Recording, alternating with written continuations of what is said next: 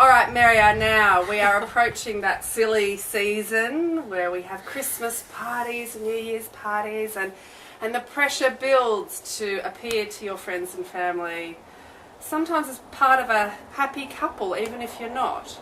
So, what can you say to these single women out there who are starting to feel that pressure of all the social engagements that are coming up? They might be single. What do they do?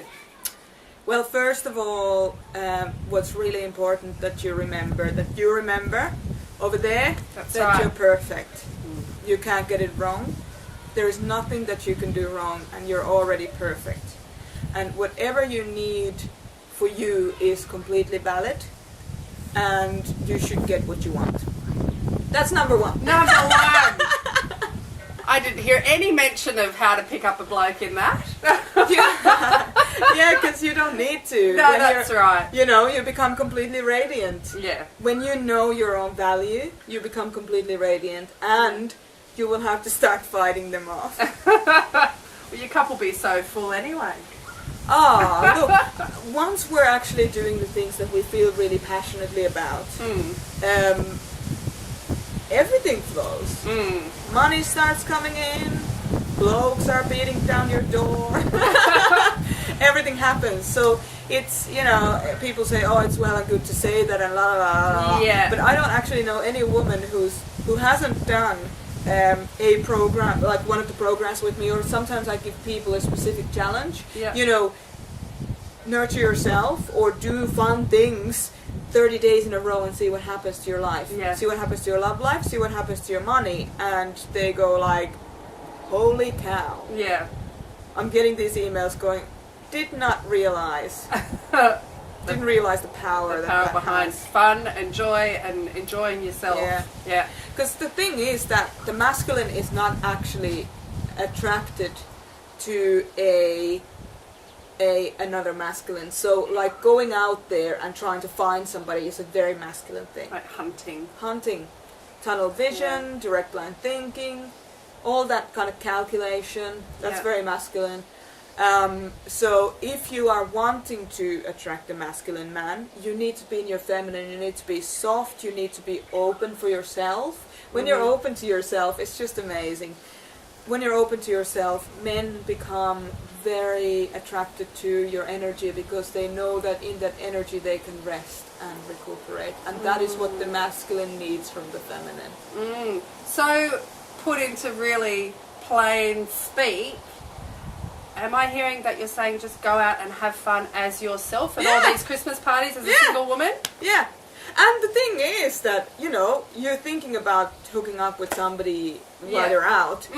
Is that actually a lifestyle that is a true expression of your femininity?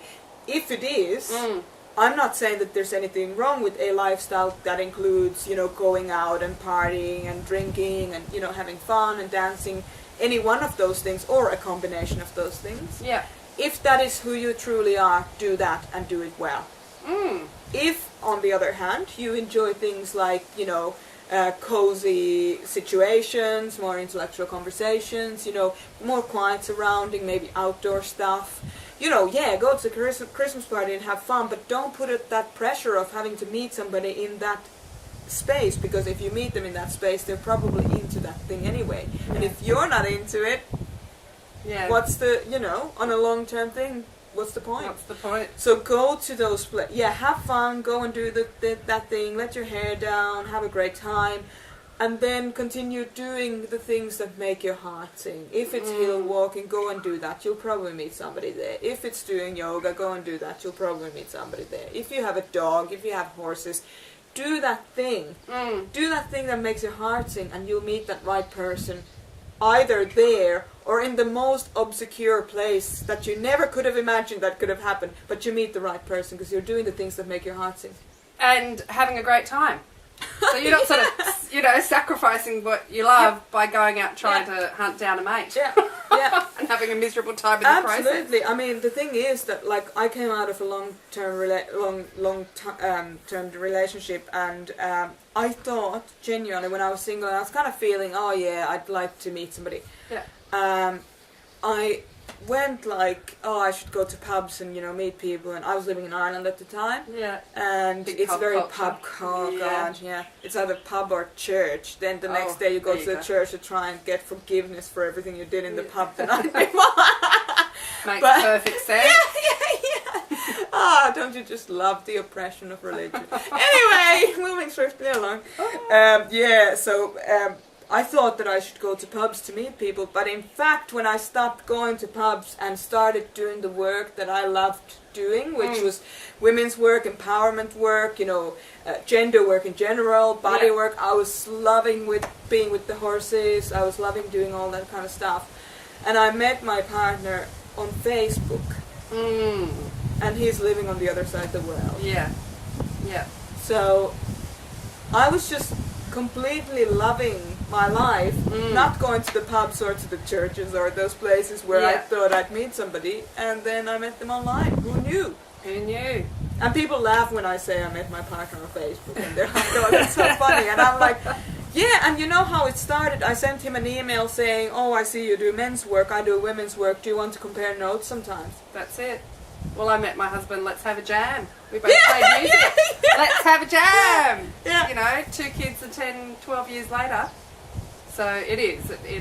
It's where you meet doing them. So, but having said that, we do have this sort of Christmas stigma and the New Year's stigma. Yeah. And one part of that is challenging for single people, probably of both sexes, is dealing with relatives and their expectations of you to find a nice man and settle down.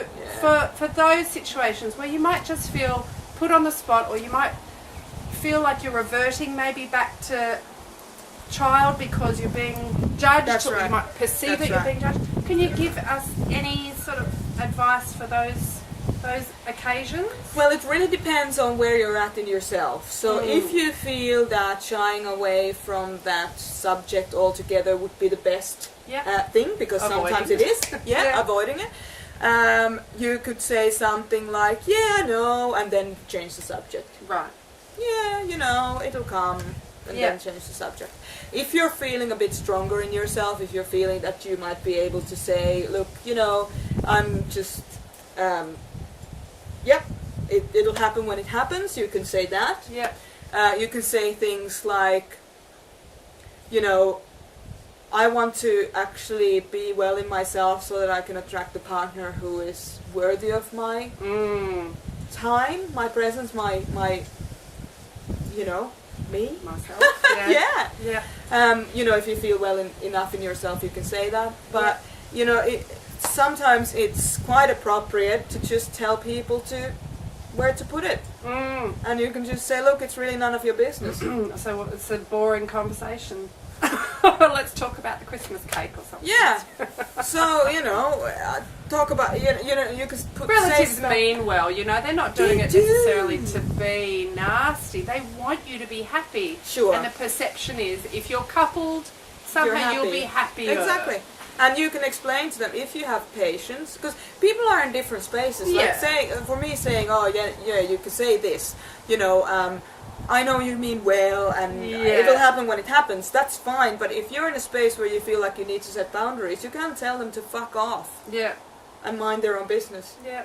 That's as valid as anything else. Yeah. And that's not something that personal development people say that you should say to people. But I'm different, because I believe that you should actually be where you're at and be okay about it and love yourself, even if you tell them to fuck off. Yeah. Yesterday I was challenging somebody that I know that was trying to pull me into their passive-aggressive stuff, and I just kept saying, no, you're not answering my question, please answer my question. Yeah. And then I said to her, you're very, very skilled at trying to divert the conversation, into something else, so trying to turn it into something else, and then turn the tables and then ask me the same question that you're refusing to answer. And I just kept saying to her, no, that's not what I'm after. You asked me to do a certain thing, and in order for me to do this, I need to know where you're coming from in this one issue. And I just kept at it and kept at it and kept at it, and to the point that she unfriended me on Facebook. Yeah. Because it was so uncomfortable for her. Yeah. But it may be uncomfortable for other people, but if it's true to you to say, look, this is how it is, do it. Do it and see what happens. You may not, like, we always change, we always evolve. You won't always be in that same space. Yeah.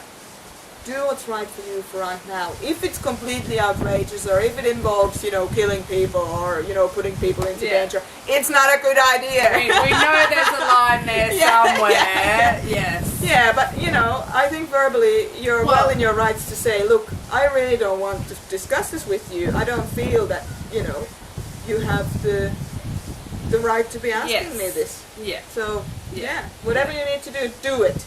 And this person deleting me on Facebook is totally valid. Yeah. Completely. Yeah. So, That's it. It's where she's at. It's perfect. Yeah. But we all need to take away from it what we need to take from it and take it from there. And the pressure, but setting boundaries is really important. And that's one of the things that especially women are not used to doing because we want to get along. Yes. Don't make waves or anything like that. Yep. How you set them is where you're at, and that's always going to be appropriate. But I guess it's something also that you can perform more tasks with more tools in your tool belt. So coming to a workshop like yours, you're actually going to be equipping women with more tools. Absolutely. So that when they find themselves in a sticky situation with someone, they might know what their boundary is, but with that extra tool in their tool belt, then it becomes easier to live in their truth. Absolutely, and it's not just that we'll find the right tools. We'll actually practice those tools. We will actually be having those conversations in the workshops. I mean, I'm not saying do my workshops. In fact, I vet people very carefully, so it's not that you can't just do it. You need to be vetted and allowed in. But do whatever workshops you feel that you're gonna get the tools and the practice from. Really empower yourself. It's beautiful. A woman who's empowered is just undeniable. There you go. It's hypnotic. And that's when you attract that man who's actually worthy of your love. Yeah. And woman. Or woman. Yeah. Oh God, whatever you're into, preferably within kind of human parameters, and people over 18. Yes. But it's all beautiful. And then the next year you might have a beautiful Christmas. I mean, why not this year invest in yourself? Yeah. So that you can actually have that dream relationship next year, not just a relationship.